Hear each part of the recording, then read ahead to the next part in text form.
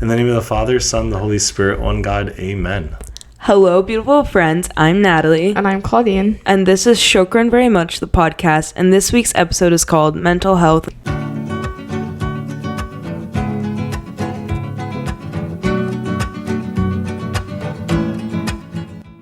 Mental health is such an important under-addressed topic in the Coptic community. And so when we decided we wanted to tackle it on Shokran very much, we wanted a speaker who could really help us get across the important messages that we may be missing. For the past 20 years, our speaker has been serving in the Christian community. He earned a master's in marriage and family therapy and leads a couple and life coaching practice.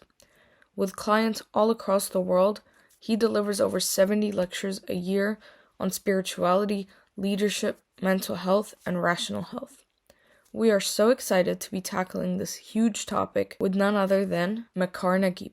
Okay, so we're gonna jump to the icebreaker, okay? Okay. Wow, there's an icebreaker. There's an icebreaker. What? Yes. Yeah, okay. So if you had to delete all the apps from your phone except for 3, which ones would you keep? Wow. Okay. Wait, so can I keep the like the baseline like Apple apps, like messages and mail? I mean the basic apps are there. Okay. Like 3 add-on apps. Yeah. Okay. It would be the X app, formerly known as Twitter. Mm-hmm. It would be the Coptic Reader app. And because I need that, like in general. And I would keep WhatsApp. WhatsApp's important. WhatsApp's important. Keeps you updated. Church communications. Yeah, and it helps me live with the Android users. No, I'm just kidding. Yeah. What are the mental health challenges you think are faced by Egyptian immigrants and their communities? Like, how do you feel like their adaptation to the new cultural values versus the values they bring from Egypt, you know? So, like, adapting to the newer culture, leaving some of it behind. Wow. You know, like the Egyptian culture is very collective, very family-based. How do you think that impacts it? Yeah. I mean, there's a lot of parts to that question. So just to make sure I'm following the question, like the question is, how does the someone coming from Egypt kind of acclimate to or integrate themselves or in a healthy way with the American or the Western culture, while also I guess what I'm asking is like they're doing all those things because they immigrated. How do you think all those things are impacting their mental health? Oh yeah. I mean, there's okay. So when someone leaves their country, and they're basically, they have to figure it out. Like, they have to figure it out. And how does that affect their mental health? Well, I mean, there's so many aspects to it. I mean, number one, usually if you're leaving anything, there's grief. There's a loss. And you know, as much as we might say, like, oh my gosh, the blessing of coming to America and blah, blah, blah, blah. I mean, yeah, sure. Like, yeah. But it doesn't mean that you didn't give something up. You're not leaving something behind. And a lot of times you don't know when you're going to go back. You don't have like all these clear plans for the future. You're just, you have this opportunity, you're going to seize it. So there's grief, which is hard. It was very hard. And then also, I mean, there's so many factors here. I mean, honestly, we could spend hours and hours on this because also who is leaving? Like, who is the person who's leaving? Are they someone who has, you know, money or not? Are they someone who has education or not? At what age are they leaving? You know, if you're leaving when you're younger, if you're leaving it when you're 4 years old, you're probably going to have a lot easier of a time than someone who's leaving when they're 24 years old, you know, or even 14. So there's definitely, I guess, maybe, so you could actually find yourself hitting a lot of obstacles depending on the condition in which you're entering into culture and also the type of resources that you have available to you. I mean, just because you come to an Egyptian community in the U.S., that could mean 100 different things. Yeah. I mean, you can come to an Egyptian community of first generation immigrants, which would probably be a lot more helpful. Or you could come to an Egyptian community with like second, third, fourth generation immigrants, like fourth generation removed from the immigrating generation, and that's going to be a whole different situation. And then also there is your mental health before you left, so like that's a whole other thing. So I guess maybe just to keep this helpful, rather than just analyzing things, I would say that a big thing that's going to affect a person's mental health coming into the U.S. is going to be the resources that they have available to them when they arrive, some of which are resources that they came with. There's financial resources, but there's also spiritual resources, like your relationship with God, your ability to kind of see hope in difficult times, your ability to believe that He is with you regardless of the circumstances. Then there's social resources, like people who are willing to listen to you, hang out with you. Also, those also social resources are also people who like help you maybe get yourself, standing on your own feet, like working, studying, helping you figure out applications, all that stuff. So I think that's really what's going to affect someone, but it can go in 1,000 different directions, and it often doesn't go well, sadly. And one thing we need to do when someone is coming to the U.S., probably, or just leaving their homeland. I want to encourage everyone to look at when they're approaching them to say, like, this person could potentially be in the middle of an existential crisis. Like, all of life has been turned upside down for them. And we got to be sensitive and caring, like willing to give to these people. Like, not necessarily financially, but just time, listening, hey, like, how's your day? Like, what's going on? Like, what do you need help with? And, how does this work? Do you need me to go with you to some office? Do you need to translate something? You need to insert, you need help filling out a form? Like, what do you need? You need to learn how the education system works, all that type of stuff. All right. Yeah. If you want me to talk more about it, I can, but we could spend hours and hours on this. Yeah. Well, I guess to add on that a little bit, let's say, so now we talked about like right when they came, let's say they've been there a while, right? They moved, now they have this child, right? And this child is adapted to this new culture. Yeah. We're talking about like a hypothetical couple with like parents. They have this child, and now you're basically talking about all of our parents. Yeah. And so now there's academic pressure, career pressure, How do you think all of these pressures that come from good, like at their root, like good values, good expectations to set, but just the way that it's going about, like, hey, your only job is to study and like stuff like that. How do you think that impacts someone's mental health? Yeah, I mean, there's a tremendous amount of emotional neglect that happens. And not because the parents, and this of course doesn't apply to everyone, but it's just very common.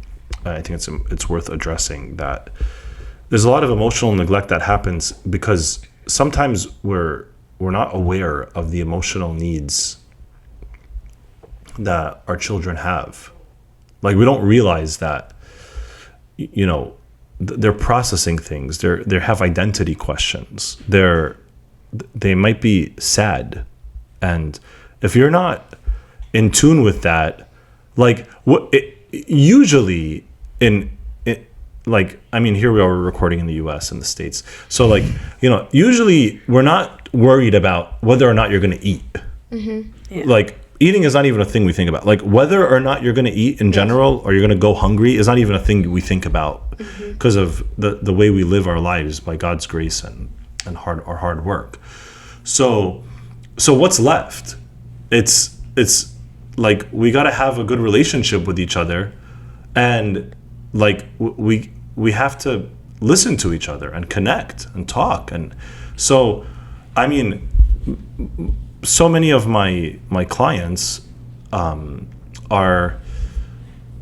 have good careers, but you could have a good career and your life is a disaster. Yeah. Because your emotions were neglected your whole life as a child. So you failed. You're terribly underdeveloped emotionally. And then, you're faced with a spouse. You got to talk to your spouse, like, oh my gosh, what? Yeah, you got to talk with your spouse. You got to have a conversation. And then your kids, you got to talk with them too and see how they're doing. And you don't know how to handle stress. You don't know how to manage your anger. Like, you blow up or whatever it is, or you have very unhealthy coping, mechanisms and responses. So that's the big gap, which is that in our Middle Eastern culture, we come from a collectivistic culture where parents, there's like a very rigid hierarchy in the family where like children listen to parents, and even the parents, if the grandparents are there, the parents listen to the grandparents. Yeah. Oh, so yeah, like it depends on kind of which part of the culture you're in, but so we can't be we gotta start to see everyone's emotions as being equal. The parents' emotions are not more important than the child's, and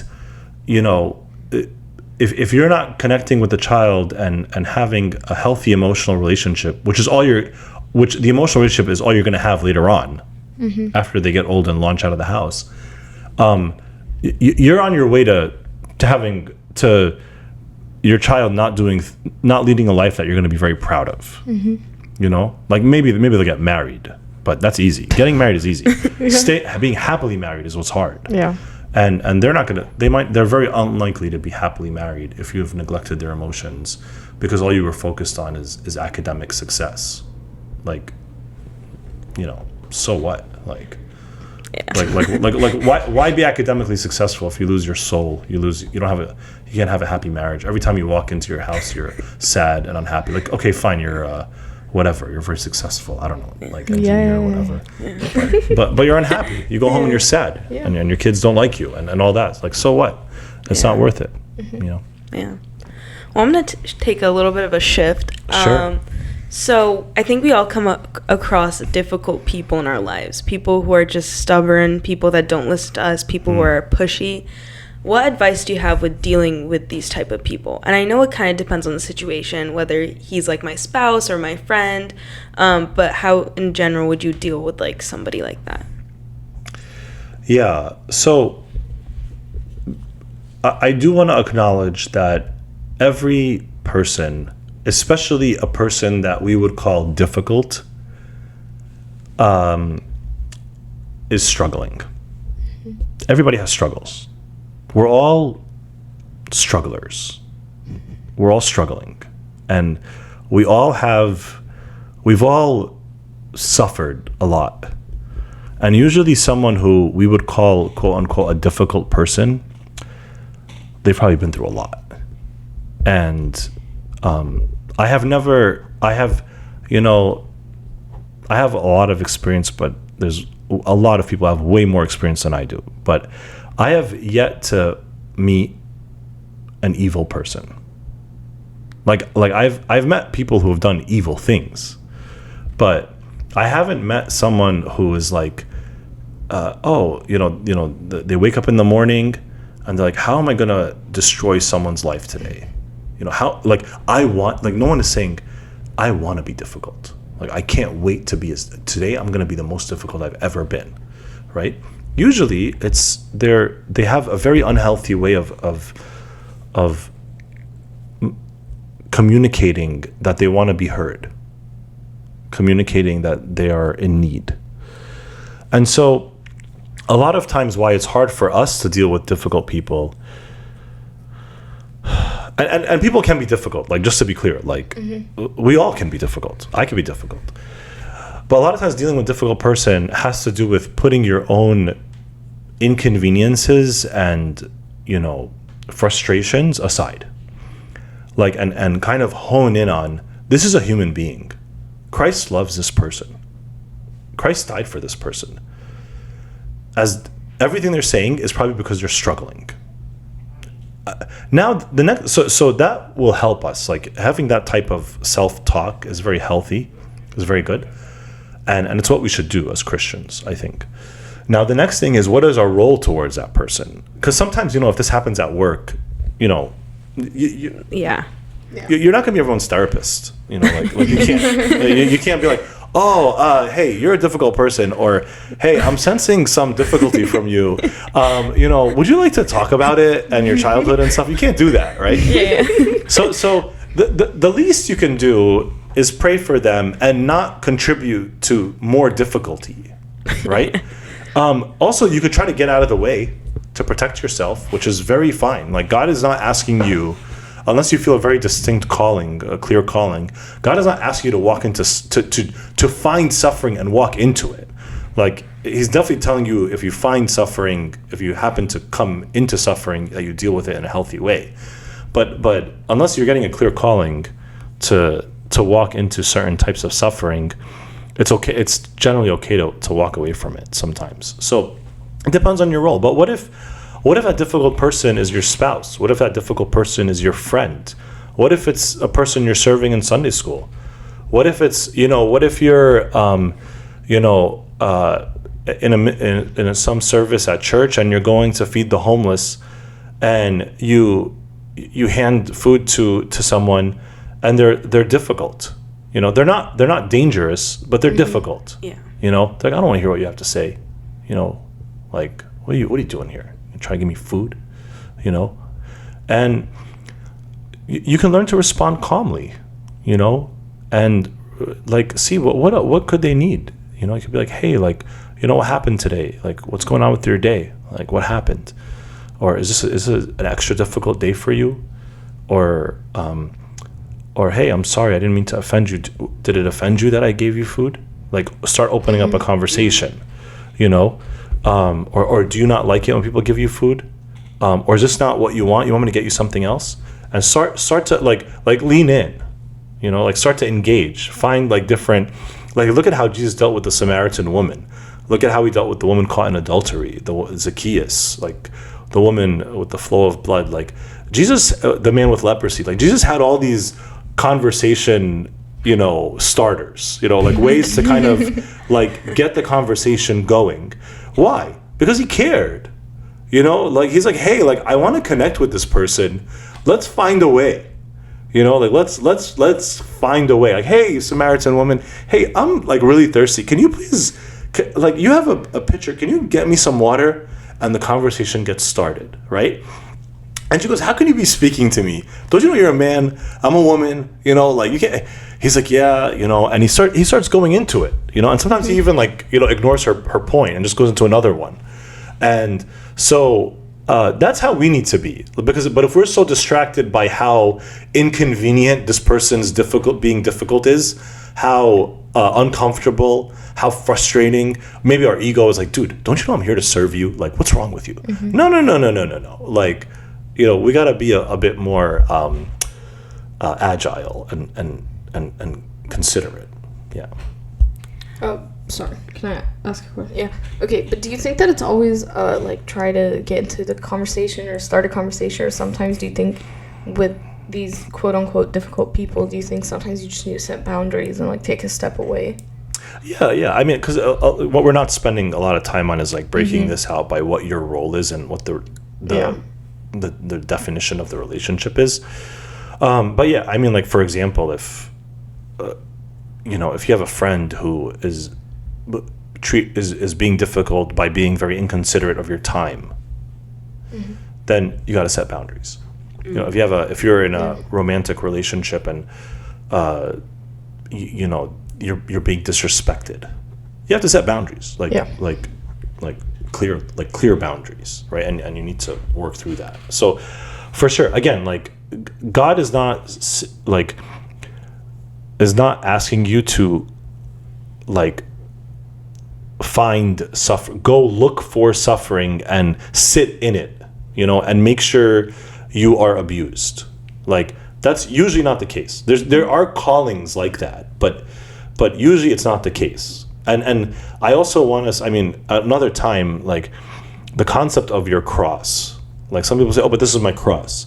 I'm like, wait, just one second. Before you just all of a sudden overly spiritualize what's going on, like like maybe really what you need to be dealing with is your inability to be assertive, your lack of awareness of, you know, how you're being affected by unhealthy treatment, because also you're depriving the other person of a healthy response from the world.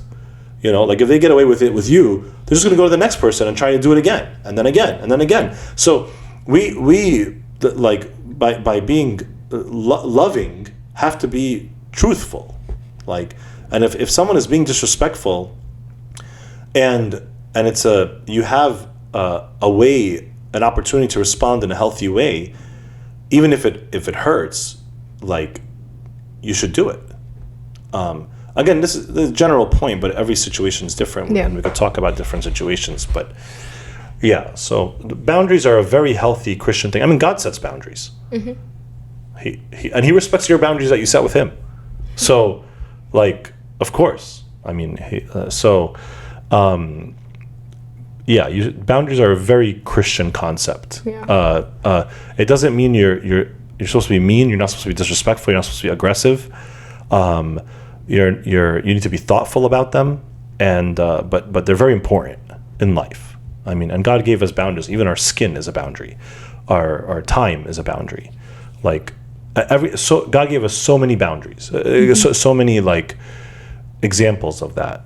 I mean, even when God says yes, let your yes be yes and your no be no. That's a boundary. That's a way of setting boundaries. Like when you say no, that's a boundary, right? When you say yes, that's you showing where your boundary is and where it starts and ends. What are some ways or like tips that you have that are kind of to help boost mental health? I think that there's a lot of stuff like online that you could read. Oh, like you're struggling with mental health, take a walk, listen to music. I mean, do those things really work, or is it just kind of more of like a distraction? Yeah, I mean, it's this is a very like the answer is pretty established, and it doesn't. I don't think we need to like reinvent the wheel on this point. But we do need to be careful about things that, you know, don't stress us out, but have a major opportunity cost. And let me give an example. Like scrolling on, you know, TikTok or Instagram or whatever, right? That's probably like, unless you're very insecure and you're dealing with self-esteem issues and you're comparing yourself to other people, if we put that aside, like that could not be stressful. Like it's not, it might not like stress you out, like, and create more mental health issues, but it creates there's a major opportunity cost, which is the time lost that you could have been spending doing something that will actually improve your mental health. Of course, the simplest example, or one of the simplest examples, is just sleeping more. Like there's a very high correlation between a healthy amount of sleep and being more resilient, and even it affects your diet and all this stuff. So, like we need to So just to give you the established answer is like, you know, sleep, diet, exercise, prayer, healthy relationships, a general sense of purpose, and then of course seeing a therapist if there's a specific thing that you need to work through, which is very, very common. All those things are how you have good mental health, and also being more educated about your mental health so that you're quicker to identify issues before they grow to be very problematic. So that's like the established answer, which is very right. It's fine. Yeah. It's totally fine. What I'm more concerned about, because honestly, what I just said, you could just Google it, you'll find it. But what's a bit harder to find is what am I preventing myself from growing in or being benefited by, because I'm wasting time on other things, on lower return things. And that's a big concern, because the things that steal your time are things that are stealing your ability to live a better life for the rest of your life. And it's a major like the word that comes to mind is pandemic, but that feels like too soon. So like, you know, it's just like it's a major issue, major issue, because it doesn't hurt. It doesn't hurt to be on it. Like, it doesn't sting to be scrolling on TikTok. And then also it could give you, if you have like create ideological issues, like, you know, you start thinking that what you're seeing is true because it's published. Some things that are published give us the impression that they're more authoritative.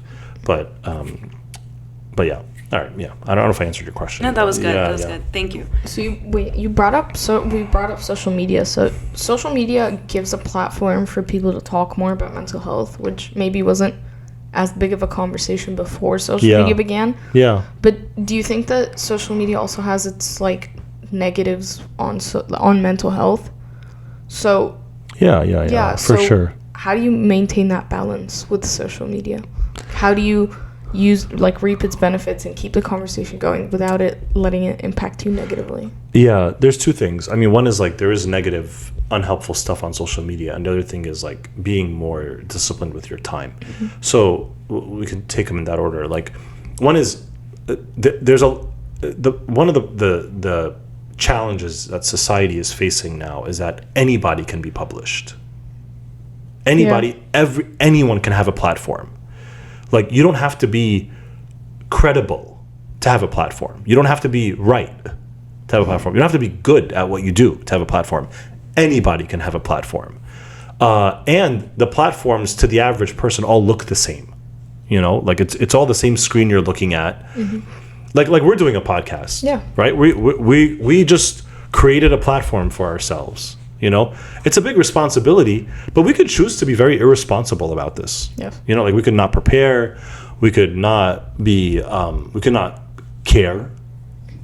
You know, like we could just not care and say whatever we want, and it doesn't matter. We just want to record and be heard. Yeah. You know, but we have to take this. You know, of course, have to be responsible. So that's the first thing, which is that there's a lot of incorrect, like just flat out inaccurate messages, and it's a big deception that what's right for you could not be right for me, and what's right for me could not be right for you. Like, there is absolute truth, you know. I mean, there is that in life, and that's a topic for another time. So we got to be careful about incorrect messages. But the other thing, though, is that the second point is that social media, like in general.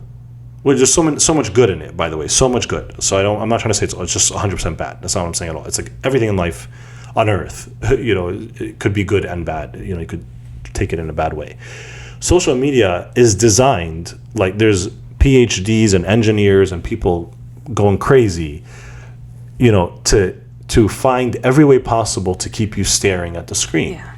So, like, basically what I'm trying to say is that there's very high incentive and very low cost to social media for taking your time.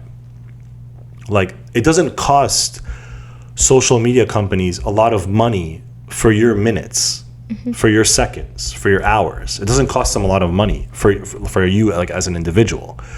But the cost to you of your minutes, hours, and seconds is very, very high. Because you don't have that many. We're going to die. Like, we're all going to die, you know?